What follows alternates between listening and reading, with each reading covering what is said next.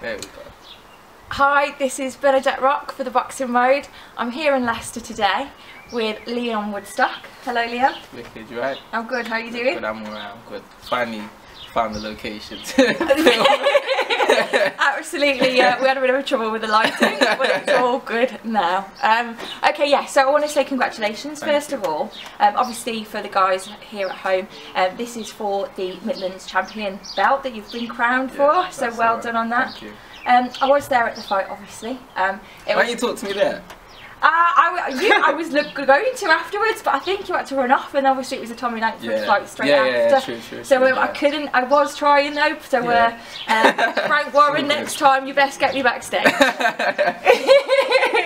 Obviously it was a good fight. It was a 10-rounder with Paul Holt, and it was finished within 3 rounds. Yeah. Talk to me about that fight. Well, to be fair, I knew that I'd finish him early anyway, but I didn't really want to say much about it and be on social media like, oh, I'm going to knock this guy out. And I like to just get in the ring and see what happens, because boxing, anything can happen at any moment, you know what I mean? So you just got to prepare for everything, and that's what I do. So I'll just talk through the rounds. It's only 3 rounds, it's not like it's long. So yeah, the first round, my plan, what I wanted to do, I wanted to give him the first round. I wanted to give him life, I wanted to give him hope and let him think that he has potential to win this fight.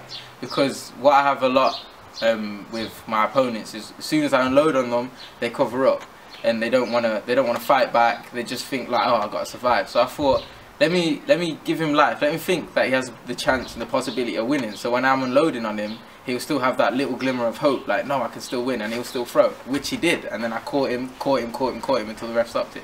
I feel like the ref should have stopped it sooner, but okay, you know, that's boxing. But yeah, and then second round, as soon as, because like, yeah, in the end of the first round, he raised his hand, and that's when I knew, like, yeah, man, I've got you now. Now you're gonna keep thinking you're gonna win, and you're gonna still unload, you're still gonna throw shots. You're not gonna just cover up and turn into a typical journeyman. Like, I didn't want that. I wanted him to attack me so I could finish him properly. So you could show your skill. Yeah, exactly. Really? So then the second round came. I was like, I'm gonna step it up a bit. And if you guys go back, you'll see this. Now I've explained it to you. Go back, watch it. You'll see exactly what I'm saying. First round, let him do what he's doing. Let him work his punches, and I like, it's very rare just to see me just to stay there. Do you know what I mean? You can, like, people that know me know that's out of character. So yeah, second round, put it on him a little bit more, stepped it up a little bit, and I hurt him in the second round a couple of times, but I didn't want to finish it there. I wanted to see what more I could get out of him. And in the third round, I felt like I pretty much seen enough of what I wanted to see, and then just put him away. You did indeed, and I saw that because obviously you were saying earlier a little bit. And then the first 2 rounds, it looked like you both come out actually quite hard. Yeah. Paul definitely did for sure. Yeah, he did. But then you. First round I didn't. I was proper chill, man. Like, if you go back and watch me versus Mora, like, I was throwing like 150 punches around, like, for all 6 rounds, like, and even the commentators were like, oh, he's gonna gas himself out, like, that don't happen. Like, my tank, I'm like a flipping Mexican, I swear to God. Like, I can just keep throwing. I don't feel tired when I throw. Like, even in the fight just gone when I won the belt, they were saying like, oh, he's taking a chance here, he's never been further than 6 rounds and he's putting this much energy into to put him away. And like, that's normal, that's me. I'll keep doing that for rounds and rounds and rounds and rounds and rounds. Like, I don't cut no corners, I put all the work in, do you know what I mean? I don't train, like, I'm very old school in the way I train. I don't like all this new school and new age boxing and take on boxing, these stupid masks that everyone's wearing and all this new equipment. It's irrelevant, do you know what I mean? Like, look, if you go back and look at the heavyweights that used to fight, look at their the numbers that they was giving out, do you know what I mean? They was throwing silly amount of punches, more than the lighter weights nowadays, do you know what I mean? And that says something. Why do we need to change anything if they was doing it right, and the fighting back then was better anyway?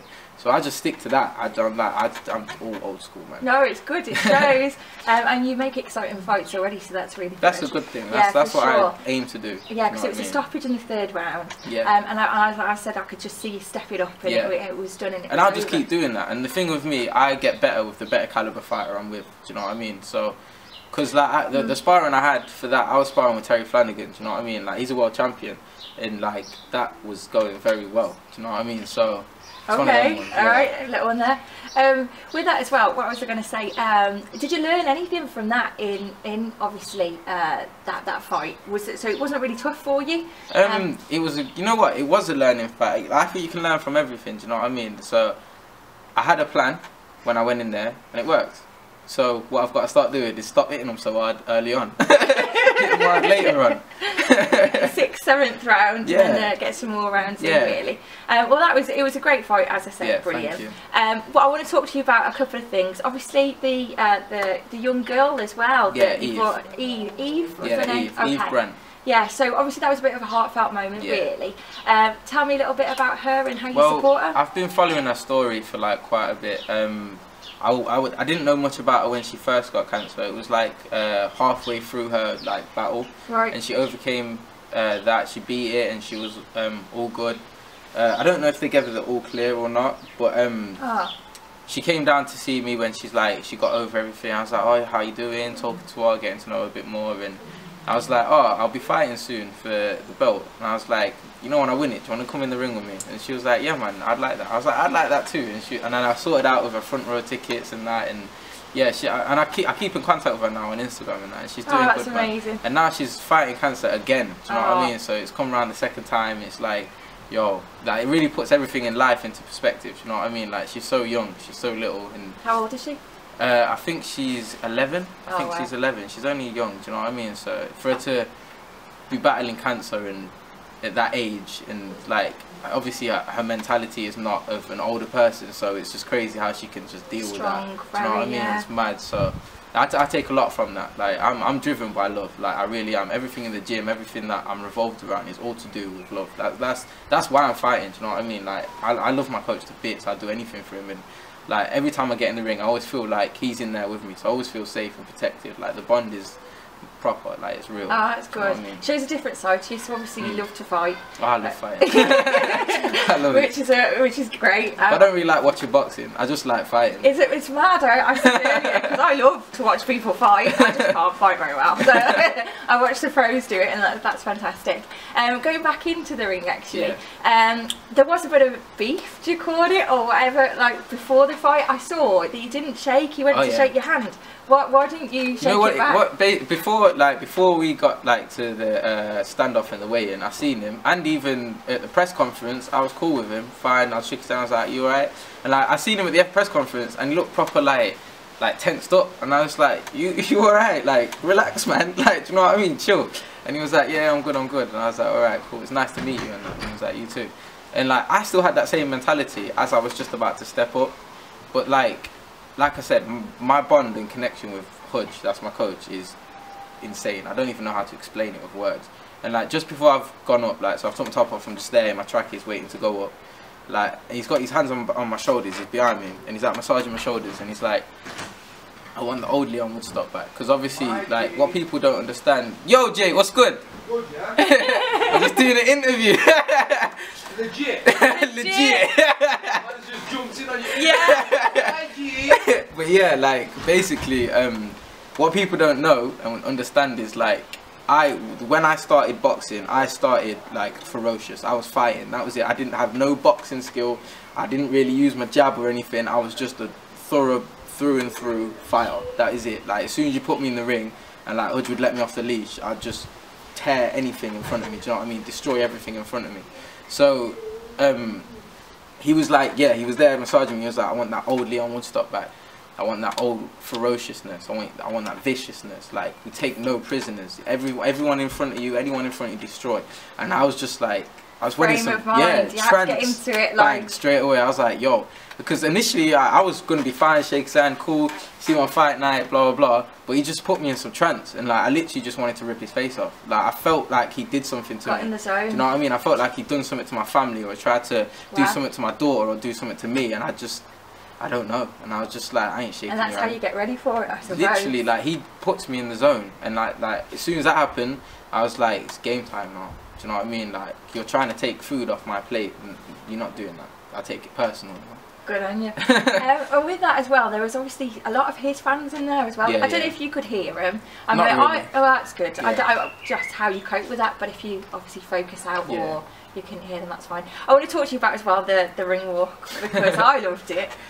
You've Did got you like the song? yeah, I love the song, but you've got like it. You've got a jazz about you. You've got something about you, good style. And the way you walked in, you reminded me of the Prince, not Prince Nazim, but the actor singer, the late of Prince. Purple Rain and that. Yeah, sure. But it brings entertainment value. Yeah, I love Prince. Well. I love all that, like, you know, like Motown and all that. I loved all of it. Do you know what I mean? Michael Jackson is like one of my biggest like inspirations, if you like. Do you know what I mean? Like his father was like mad crazy to him. Do you know what I mean? The things he did to him, but he still ended up being successful. Do you know what I mean?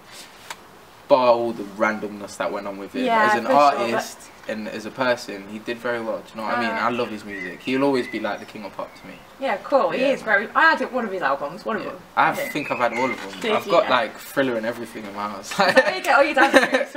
Probably is. As a kid, I think my mum's got a video of me like Michael Jackson. I think it's Beat It, and I'm in my nappy and I'm there like thrusting and everything. And, awesome. Yeah, it's crazy. Going on to inspirations, that moved on quite nicely actually. Yeah. With inspirations, who was your inspiration for the boxing world? Well, like I said, I ain't really a big boxing fanatic, do you know what I mean? But my granddad, he was a boxer. He boxed at lightweight actually in the amateurs. I think he only ever lost one fight, and that was his first fight because he fought his best friend.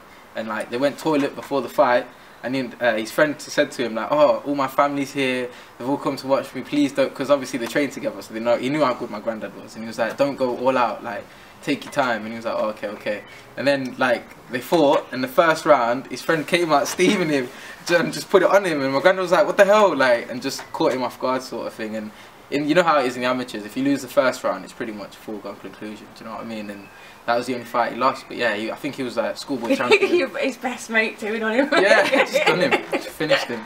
But yeah, my granddad was schoolboy champion, and he just always taught me about boxing. Told me about his dad being a boxer. He was a heavyweight. They called him the Brown Bomber, obviously after Joe Louis. But yeah, he used to knock everyone out as well. And he just told me about his stories, his training, and things he used to do, and it just made me want to fight so bad. And he was a big Sugar Ray Robinson fan, massive. Yeah. And I grew up from very young, always watching Sugar Ray Robinson. Like to the point where I thought Sugar Ray Robinson was the only fighter in the world. Like that's all he ever used to show me. Like I didn't know about anyone else or anything else. I didn't know nothing about his opponents or anything. It was just Sugar Ray Robinson all the time, videos, and I'd just watch them all. Do you know what I mean? You're still one of your faves now going on. Sugar Ray Robinson. Yeah. Roy Jones Jr., Sugar Ray Robinson, they're my two favourite fighters of all time.